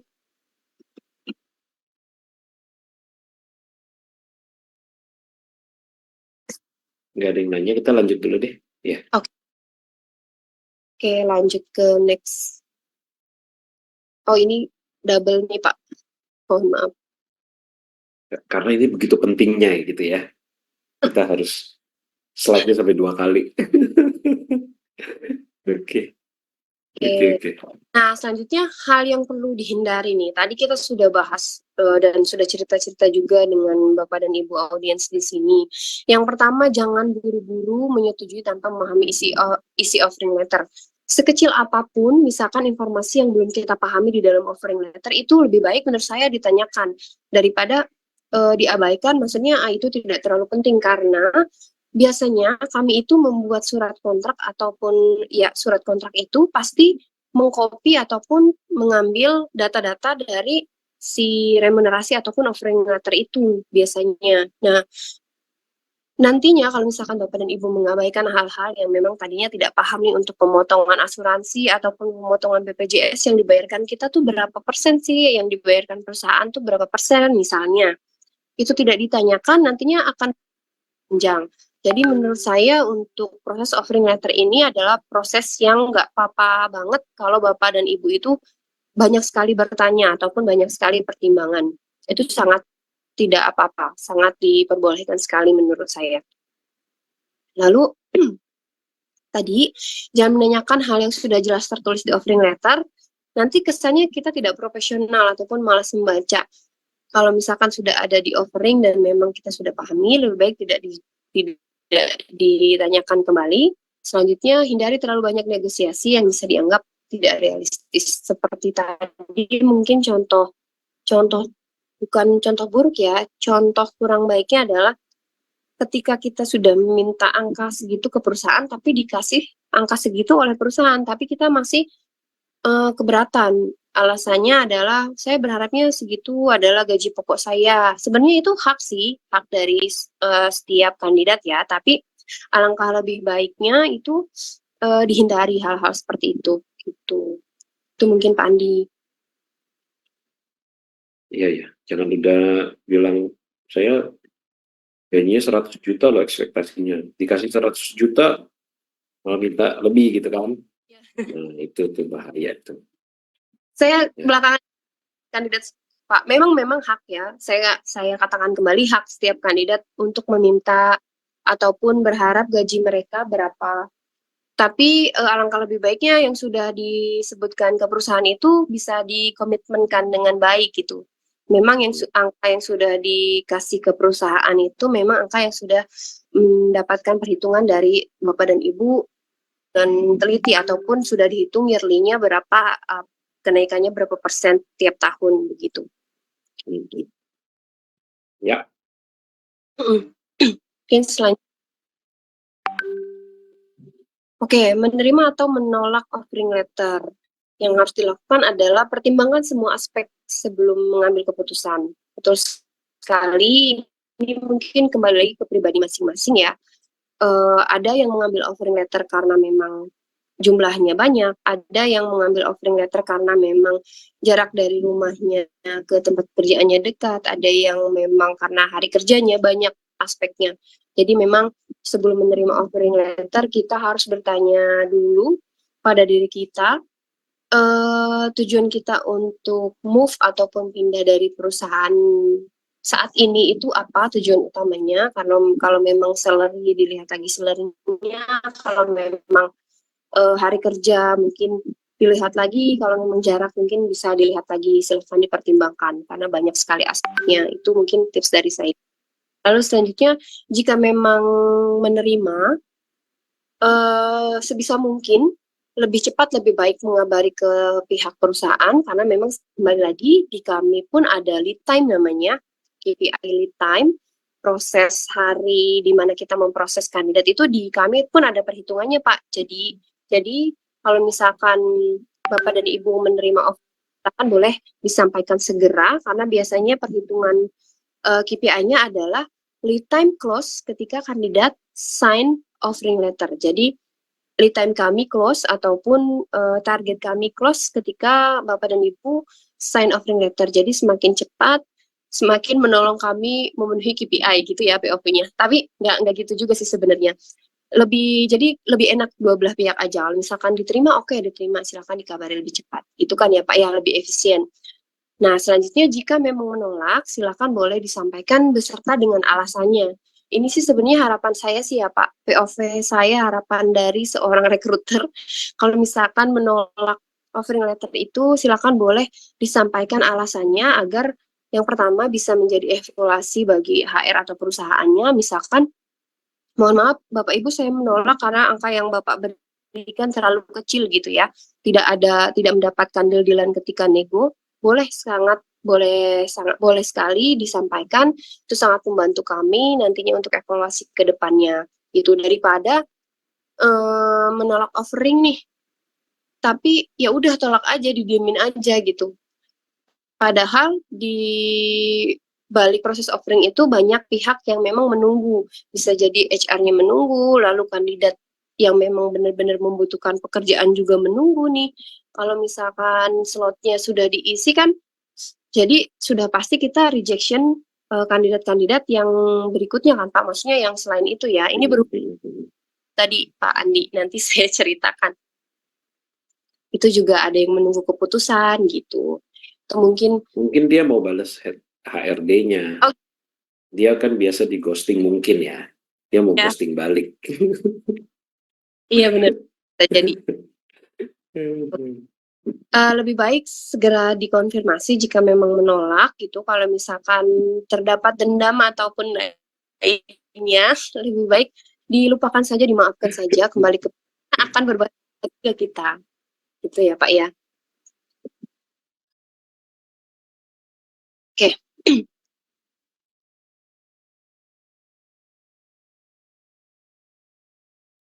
Mungkin kesimpulan kami sendiri bahwa kita sudah harus memahami setiap poin di dalam offering letter sebelum sign ataupun sebelum menyetujui offering letter tersebut. Jangan pernah Mbak Anis, sebelum kita masuk kesimpulan, ini udah terakhir kan ya? Nah, ya. Mungkin sebelum ini nanti kita buat penutup aja. Teman-teman, ada pertanyaan? Di kolom chat banyak tuh apa aja? Oh, aduh banyak ya. Sebentar. Kita balik ke itu yuk, Mbak Jui yuk, Mbak Jui. Iya, Mbak Jui dulu nih. Mbak Jui, Mbak Juwita. Mbak Jui. Iya Pak. Nah, Mbak Jui, gimana pertanyaannya? Tadi izin bertanya Pak, jika seorang HR itu menanyakan kepada kita tentang gaji yang kita butuhkan Pak, tapi kita langsung menyebutkan nominal dari gaji itu Pak. Misalnya gaji yang saya harapkan itu sebesar 2 juta, apakah itu sopan atau bagaimana ya? Terima kasih Pak. Ya, oke. Mbak Anis? Sopankah begitu? Gitu ya, mungkin pertanyaan Bu Juwita ya. Menurut saya, iya dengan kandidat ataupun dengan Ibu to the point dengan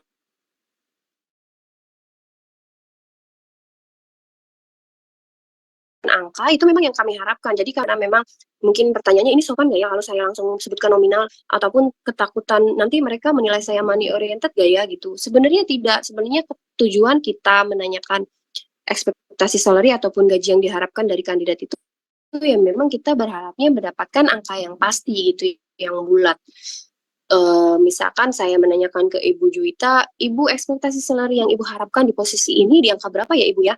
Silakan Ibu langsung dijawab 2 juta Ibu gitu. Itu tidak masalah Bu, sangat sopan dan membantu sekali untuk kami, daripada mungkin Ibu bilang seperti ini.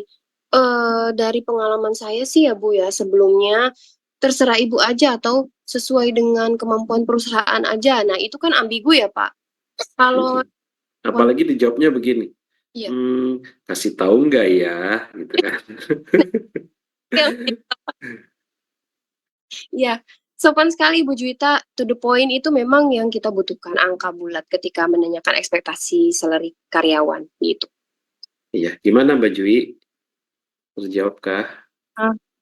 Ya terjawab Pak, terima kasih banyak Pak, terima kasih Bu. Iya, Thank you. Nah, tapi mungkin ini menggelitik ya. Ini kan kalau HR-nya nanya, terus kita jawab, pasti sopan ya kan? Karena kan kita ditanya. Mbak Anis kalau kita nggak ditanya gitu, boleh nggak sih kita bilang? Oh, Bisa boleh. HRD-nya nggak nanya-nanya gitu kan ya? Terus kita yang buka suara duluan gitu. Kita punya ekspektasi salary nih gitu. Itu karena banyak konten di LinkedIn mengatakan itu tidak sopan gitu loh. Sebenarnya Gimana tuh? lagi penyampaian ya Pak ya. Kalau misalkan kita melihatnya, misalkan sudah disampaikan dengan baik, misalkan ketika kita approach karyawan ataupun approach kandidat di LinkedIn biasanya Pak, saya seperti itu. Misalkan saya tawari untuk posisi ini gitu. Mungkin yang bersangkutan sudah research ya tentang posisi tersebut dan angka di posisi tersebut berapa. Nah, mungkin kandidat tersebut pun tidak mau wasting time langsung menyebutkan mohon maaf Ibu, range salary saya ataupun range ekspektasi saya, salary saya sepertinya di luar dari kemampuan perusahaan itu tidak masalah sih Pak. Saya sangat open ya menurut saya. Daripada kita buang-buang waktu, kita hiring orang dengan kompetensi yang tinggi, tentu mereka juga punya waktu yang sangat sedikit ya Pak, waktu luang untuk kita. Kita juga membuang-buang waktu yang seharusnya mencari kandidat yang memang fit dengan kita. Daripada seperti itu, lebih baik seperti menurut saya langsung disebutkan tidak apa-apa, sangat sopan, kecuali maaf ya Bu, gaji Ibu kemurahan gitu. Mungkin bahasanya kayak gitu, mungkin nanti menyakit gitu. Iya. Oke lah, nanti saya japri lah ke Mbak Anis ekspektasi salary saya. Siap. Baik. Pak Yudi, kita ke Pak Dugi dulu kali ya, ini yang resen ya, kita kasih kesempatan yang resen dulu ya. Ya, Pak Dugi. Teman-teman yang lain nanti yang ada buat pertanyaan di kolom chat, tolong resen ya, biar langsung diinin. Resen langsung kita kasih kesempatan duluan. Pak Dugi.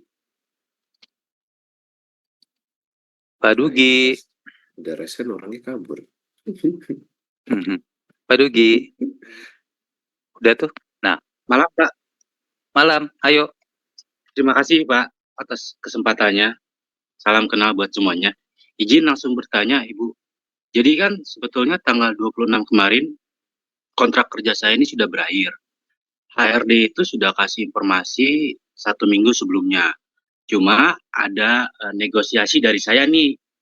Saya minta penawaran lagi. Nah, sampai tanggal 26 ini HRD ini belum kasih jawaban.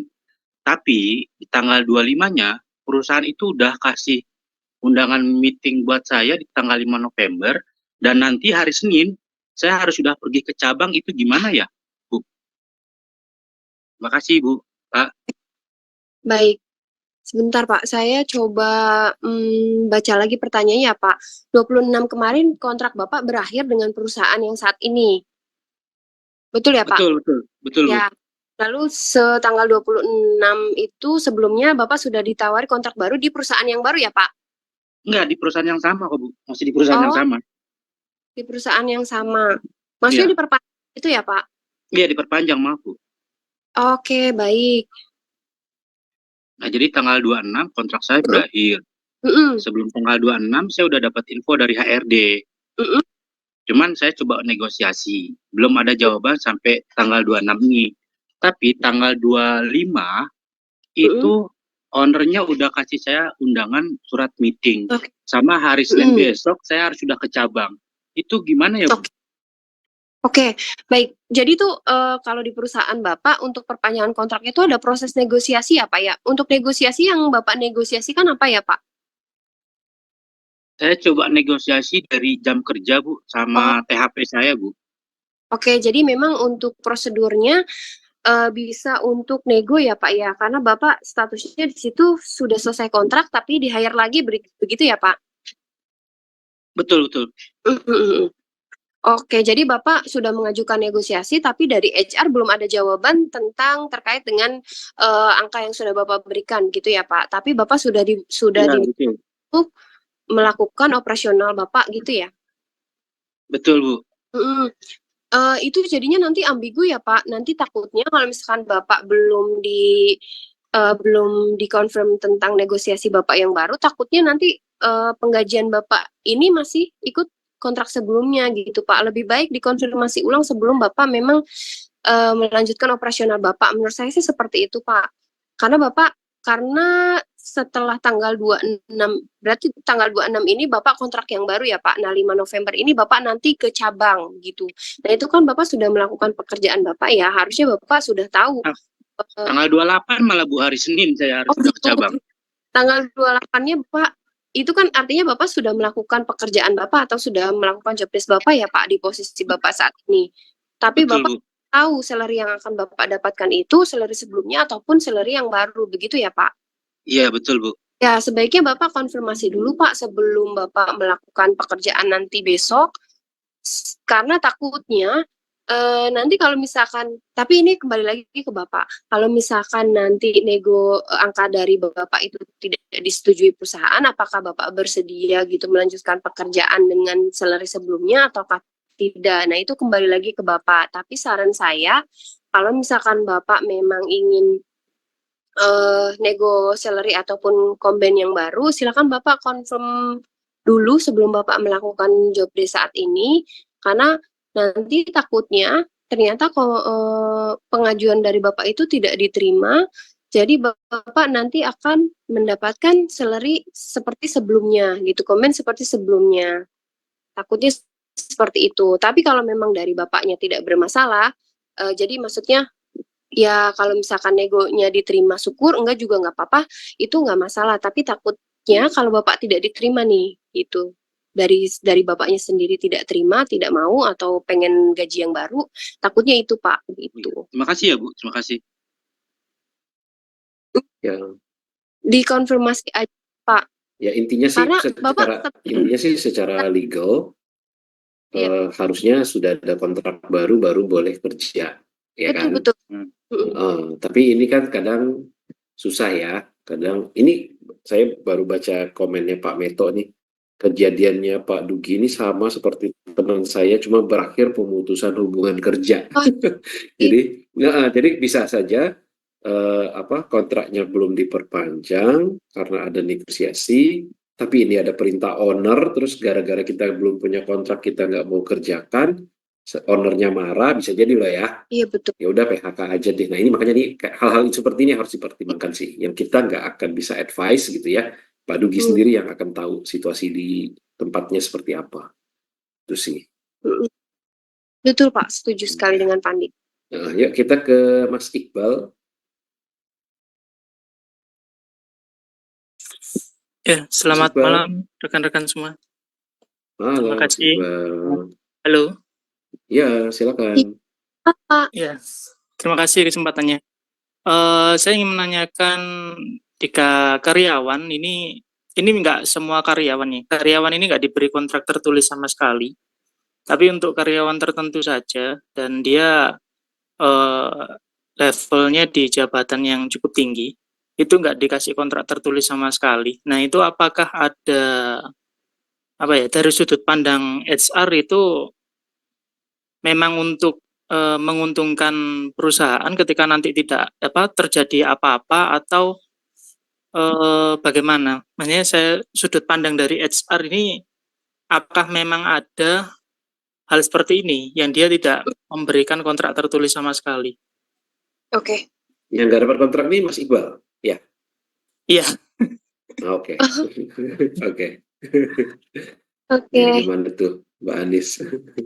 Iya, sepengalaman saya sih ya Pak, selama saya di dunia HR itu nggak ada dan tidak boleh ya Pak Andi, setahu saya ya.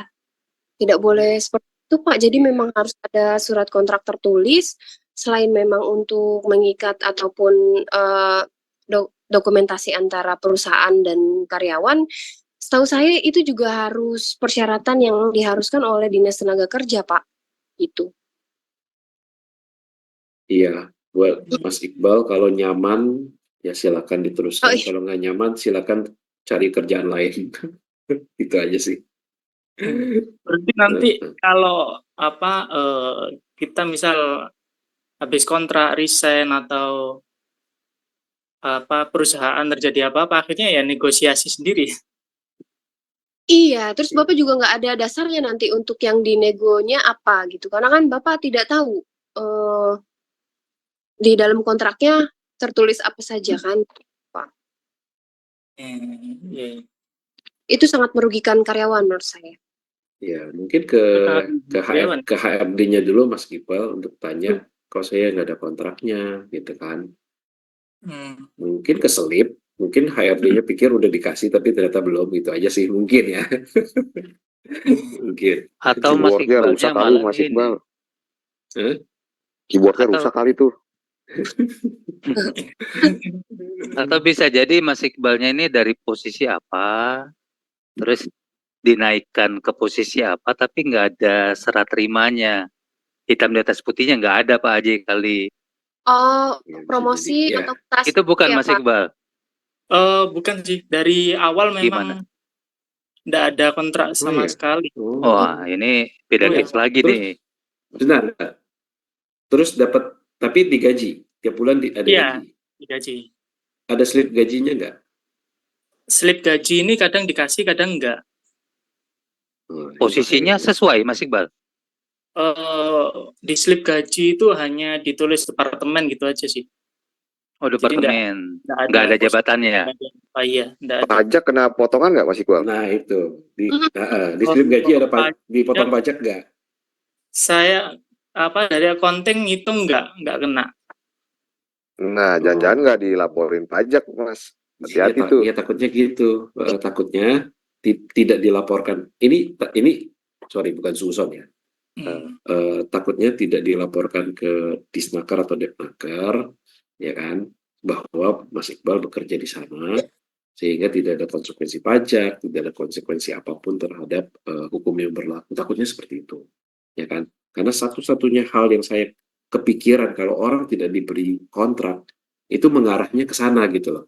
Ya walaupun ini zuzon lah, tapi ya makanya saya bilang kalau nyaman, ya kan, kalau memang tiap bulan masih digaji dengan baik, Mas Iqbal nyaman kerja di sana, silakan diteruskan. Tapi kalau merasa ada yang aneh, ya silakan mencari yang lain. Tapi jangan resign dulu ya, cari dulu yang lain ya. Karena ini menurut Mbak Anis juga tadi mengatakan ini tidak lazim, ya. Betul. Tidak lazim. Jadi ada sesuatu yang aneh, gitu. Bisa dicek nggak sih Pak? Maksudnya Pak Haji atau Bu Anis untuk ke Disnaker, misalnya kayak ada bisa kita cek di websitenya untuk perusahaan ini sudah terdaftar atau enggak gitu di Disnaker atau gimana gitu, bisa nggak sih ada portalnya nggak sih kita buat ngecek itu? Setahu saya ada ya Pak, kalau personalia saya itu sering ngisi si Inas gitu ya, website dari pemerintah untuk input karyawan, perusahaan itu ada. Iya, tapi pasalnya itu kayaknya nggak dibuka untuk publik. Betul, iya, tidak seperti di cek ijazah gitu ya Pak? Iya, nggak kayak cek kendaraan bermotor gitu loh Gali. Kan? Iya betul. Plat nomor kan lu cek langsung tahu tuh ya kan dibayar pajak apa enggak. Biasa kan kita kan sering minta ini apa ya, minta fotokopi KK atau pokoknya identitas diri lah ya, kita apply sebagai karyawan di perusahaan tertentu. Nah itu kan bisa refer ke kita punya nick-nya gitu loh. Jadi kita udah kedaftar di sini gitu, otomatis nanti SPP akan keluar, BPJS kepotong dan ini dan hal lainnya gitu. Tapi itu bahaya sih kalau kita yang bisa ngecek apakah misalkan perusahaan ini karyawannya siapa, itu bahaya sih, itu kan data pribadi ya. Oh enggak, bukan Pak, maksudnya secara personal aja gitu, ada portal ini kita bisa ngecek, oh kita terdaftar nih gitu jasanya. Pak, di ini Pak, mungkin bisa di BPJS ini ya, ketenaga kerjaan itu biasanya kasihnya itu ada, dibayarkan oleh perusahaan mana itu ada Pak. Nah itu bisa dicek tuh, Mas Iqbal tuh. Dapat nggak? Dapat sih, kalau BPJS kesehatan, ketenaga kerjaan dapat. Kepotong Pak. Ada kontrak tertulis itu aja, saya juga bingung jadi. Oh ya udah, pokoknya hari Senin nanti ketemu lah sama HRD-nya, ya. Tanyain. Ya. Pasang muka galak Mas Iqbal. Jangan, tadi kan udah dikasih tahu sopan, profesional. Iya. Lu gimana sih, baru aja diajarin. HRD-nya yang sudah macam muka galak ini. Nah. Guyon ya Mas, guyon. Gimana Mas Iqbal, oke? Sudah, oke. Terima kasih. Oke, thank you ya. Nah ini Mbak Jui mau nanya lagi nih Mbak Jui. Ayo silakan Mbak Jui. Iya, izin bertanya lagi ya Pak, mohon maaf sebelumnya. Boleh banget. Ini kan Pak, saya masih lulusan terbaru dari perkuliahan kan Pak. Jadi lulusnya di bulan 9 kemarin Pak. Jadi udah mulai mengirim CV ke beberapa perusahaan kan Pak. Udah hampir 2 bulan dari bulan 9 kemarin Pak. Tapi saya bingungnya kenapa satupun tidak ada panggilan atau tanda-tanda itu kira-kira bagaimana atau saya yang belum paham atau gimana ya? Mohon. Oke. Jadi pertanyaannya Mbak Juwita ini karena kenapa belum dipanggil-panggil ya, Mbak? Iya Ibu. Memang selama melamar belum ada panggilan sama sekali. Belum Pak. Minta saran dari kakak abang atau yang lain tuh coba ganti CV, coba buat CV seperti ini. Itu beberapa sudah dilaksanakan Pak. Tapi kalau mengirim lewat email itu bisa dibilang satupun belum ada balasan dari HRD-nya atau balasan dari itunya Pak, pihak perusahaannya. Tapi kalau dari misalnya aplikasi seperti Jobstreet, seperti kita lulus itu ada balasannya Pak. Tapi balasannya memang perusahaan sudah tidak menerima kandidat lagi. Terus kalau di Jobstreet itu mohon maaf sebelumnya lamaran kamu tidak dapat dilanjutkan seperti itu aja Pak. Tapi kalau Notifikasi dari aja ya. email itu, iya email itu satupun belum ada Pak. Jadi ini belum ada yang dipanggil ya. Jadi bukan sudah dipanggil tapi belum ada yang menerima ya, bukan ya?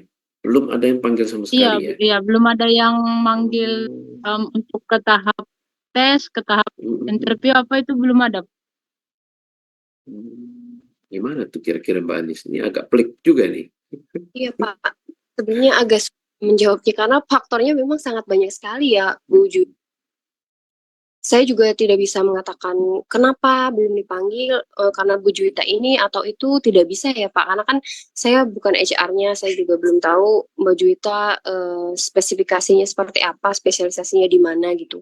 Tapi sebenarnya saran saya mungkin saya tadi memberikan jawaban aja Mbak Juwita. Memang kalau misalkan di Jobstreet ataupun di aplikasi Kita Lulus dan lain-lain itu memang selalu ada pemberitahuan. Jadi bukan ditolak dari perusahaannya ya Mbak ya. Memang dari Jobstreet-nya ketika iklan lowongan itu sudah habis ataupun sudah expired, nanti mereka akan email ke tiap kandidat yang apply itu bahwa perusahaan sudah tidak membuka lowongan itu memang dari Jobstreet-nya Mbak, jadi bukan ditolak dari perusahaannya ya. Mungkin saran saya dari ke Mbak Juwita mungkin apa ya Pak Andi, mungkin bisa ditambahkan saran saya sih tetap berusaha sih Mbak. Mungkin rezekinya belum di 2 bulan ini, bisa jadi nanti minggu depan ada yang manggil, mungkin seperti itu. Amin. Saya coba nambahin gitu, Bu. Amin. Nah, Gali, ayo. Gali bisa ini bijaksana sekali dia. Oh, ini saya agak mau ngelucu sih Pak sebenarnya. Lo kepuji-puji juga lo. Ya. Jadi waktu itu kan saya sempat melempar untuk lowongan area sales manager ya Pak. Gitu, dan ada beberapa teman-teman dari grup ini juga apply ke saya gitu kan. Memang terutama yang di sales atau di spesifiknya pernah berhubungan sama ban lah jualannya. Ada beberapa kandidat yang sudah masuk gitu, udah ada saya proses naik. Cuman memang kebetulan multinational company ini masih akan establish itu pabriknya di Mei 2025. Jadi HR-nya sendiri masih di pusatnya di Cina gitu. Nah, itu masih proses di sana, masih jauh. Nggak tahu mungkin masih nyangkut di Hong Kong apa di mana gitu lamarannya gitu. Saya juga nggak tahu lah. Tapi cuman memang proses requirement itu memang membutuhkan apa ya? Filternya itu sangat ketat ya. Dan kalau memang belum ada panggilan sampai sekarang, sepertinya bukan berarti ditolak ya Pak. Bahkan ada yang sudah, oh maaf tidak diterima, besoknya ada lagi tiba-tiba panggilan gitu. Sebenarnya itu udah ada campur tangan Tuhan sih kalau saya bilang. Betul. Emang rezekinya di situ. Dan saya kegelitik juga nih Pak untuk poin keduanya. Hati-hati untuk kayak, mohon maaf ya Mbak Juwita, takutnya udah terlanjur desperate, putus asa, akhirnya jadi menjual kesedihan di LinkedIn, jadi sasaran empuk, disikat sama Pak Aji nanti. Enggak lah, gua lagi yang salah. Bapak kan sering nyikat banget tuh Pak di LinkedIn tuh komen-komen, tolong jangan menjual kesedihan kayak gitu-gitu. Iya, Saya itu tuh satu. Ya, eh, itu satu menurut saya sih itu satu ya. Kedua, jangan tergiur sama lowongan yang apa namanya minta dibayar ya kan. Jadi jangan terjerat nanti apa modus-modus penipuan gitu loh ya. Intinya oh sih yang ada tetap ketik yes gitu semangat. ya Pak. Ya, Pernah lihat bukan nggak? cuma itu, bukan cuma Hmm. itu. Kan banyak tuh lowongan yang atau hari ini baru ada yang sharing tuh lowongan begitu di DM orangnya bilang, "Ya Pak, tapi ini ada adminnya ya," kayak gitu-gitu loh, ya kan. Nah, Broker ya. kan buat orang-orang yang desperate kan kadang-kadang, oh harus bayar ya, bayar berapa? 6 juta. Ya udah deh cari dulu deh duitnya. Nggak mikir gitu, ini tuh penipuan gitu loh, ya kan. Nah ini kan kita kasihan, ya kan. Ya intinya sih menurut saya Mbak Jui tetap semangat sih, ya. Maksudnya 2 bulan penantian yang panjang kita ngerti ya. Tapi kalau gigih terus gitu ya, dan tidak berputus asa, pasti ada jalannya sih. Heeh. Ya sambil mungkin kan udah join juga di grup kita ya, coba lihat lowongan apa yang ada di sana, tanya juga di grup boleh ya. Cek ke YouTube kita juga kalau kita ada apa namanya tips and trick gitu ya, CV dan lain-lain ya. Jangan patah semangat gitu aja sih. Baik, Oke, Pak. Terima kasih ya, ya, Pak. ya semangat ya. Ya, Pak. Tambahan Pak Pak, Aceh, tambahan ya, dikit. monggo, Ya, monggo. sembari ini Mbak Juwita, sembari apply, mempercantik CV, juga mempercantik ilmu juga Mbak Juwita, Betul. gitu, perdalam ilmu gitu. Jadi jadi tenaganya jangan dikuras habis untuk apa namanya, untuk apply, tapi juga dikasih sebagian untuk kita kasih apa nutrisi ke leher ke atas, gitu, ya. Jadi bidangnya apa? Misalkan, oh saya di supply chain, oh pas banget tuh di Jatayu juga banyak sekali sharing ilmu juga di situ. Jadi pada saat nanti di waktu yang tepat, ternyata ilmunya ternyata juga sudah ngumpul gitu kan ya. Pada saat interview ternyata itu bisa menjadi salah satu berkah lah buat Mbak Juwita untuk lolos ke jadi karyawan di sana kan gitu. Itu aja sih Mbak Juwita ya. Silaturahmi ya Semangat dan ya. intinya dan Kenapa? perbanyak Kenapa bro? silaturahmi biasanya suka ada rezeki. Betul. Memperbanyak koneksi KSAN gitu ya, knowledge, skill, attitude, and network gitu. Gitu Mbak Juwita, tetap semangat ya, dan juga jangan lupa sehat. Itu aja. Sukses ya Mbak Juwita. Baik, Pak. Terima kasih, Pak. Ya ini sebenarnya Baik, kesimpulannya adalah untuk pembahasan kita terkait dengan offering letter hari ini, Bapak dan Ibu pastikan lagi Bapak dan Ibu memang sudah memahami ataupun sudah membaca setiap poin dari offering letter. Terus untuk bertanya itu tidak dilarang, sangat disarankan sekali silakan bertanya, tapi selama pertanyaan tersebut adalah pertanyaan yang memang Bapak dan Ibu belum mengerti ataupun belum jelas. Minimalisir bertanya ketika hal-hal tersebut sudah tertuang di offering letter, karena nanti kesannya kita tidak membaca gitu, kita kurang profesional gitu menurut saya. Lalu bersikap profesional dan teliti dalam menilai offering letter untuk keputusan yang terbaik. Itu sih Pak yang paling penting Pak dari pembahasan kita malam ini. Iya, dan apa namanya, kita dapat banyak insight ya hari ini, thanks to Mbak Anis ya. Saya merasa bersyukur sekali ketemu Mbak Anis, saya DM dan dibalas itu saya senang banget, apalagi malam ini ya. Sama Pak. Ya kita dapat banyak pengetahuan dan banyak pencerahan ya, kita juga banyak diskusi yang bermanfaat malam ini. Dan dari pertanyaan teman-teman itu jadi kita jadi tahu ternyata banyak yang ragu-ragu gitu ya untuk melangkah, untuk bertanya ke HRD pun ragu gitu ya.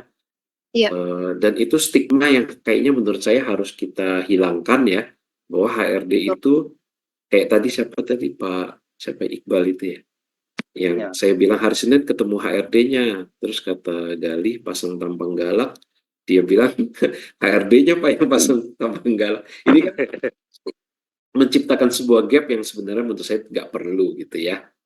Karena kita dengar malam ini toh HR juga manusia toh, ya kan?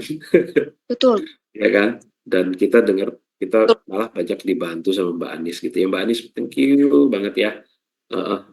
Kapan-kapan boleh ya Sama kita ya, diskusi lagi kayak begini kalau ada boleh. topik yang menarik. Ya, Ya. Pak. Bener yang di teman-teman baik-baik. Saya kan sebenarnya introvert, Pak. Oh sama, saya juga takut, introvert. Jangan ya, jangan saya khawatir juga kita. dapat banyak Ya silakan. Iya, sudah Pak. Iya, jadi jangan khawatir, kita semua di sini introvert kok. Ya. Memang introvert ini memang kadang-kadang harus dilawan, ya kan? Ya, jadi thank you banget teman-teman yang mengikuti sampai terakhir juga thank you banget ya. Jangan lupa kita minggu depan ada lagi podcast ya. Hari Jumat juga ada webinar ya. Yang udah masuk di grup ya, saya harapkan sih jangan keluar ya, karena di situ banyak informasi, ada lowongan pekerjaan, ada diskusi ya, boleh tanya apa aja di grup ya. Saya minta teman-teman yang masih ada di sini kita kasih tepuk tangan meriah yuk untuk Mbak Anis atas ilmu dan pencerahannya buat kita semua ya. Keren. Terima kasih Bu Anis. Ya, oke, thank you teman-teman. Selamat malam. Selamat bekerja lagi di hari Senin depan. Besok Senin ya, Dan? Senin makanya. Kerja lu. Lu sih enak owner. Lagi di Cina, Dan. Recording stopped. Oh, lu di Cina. Oke. Ya. Terima kasih ya Mbak Anis ya. Iya, saya izin live ya Pak ya. Ya, makasih.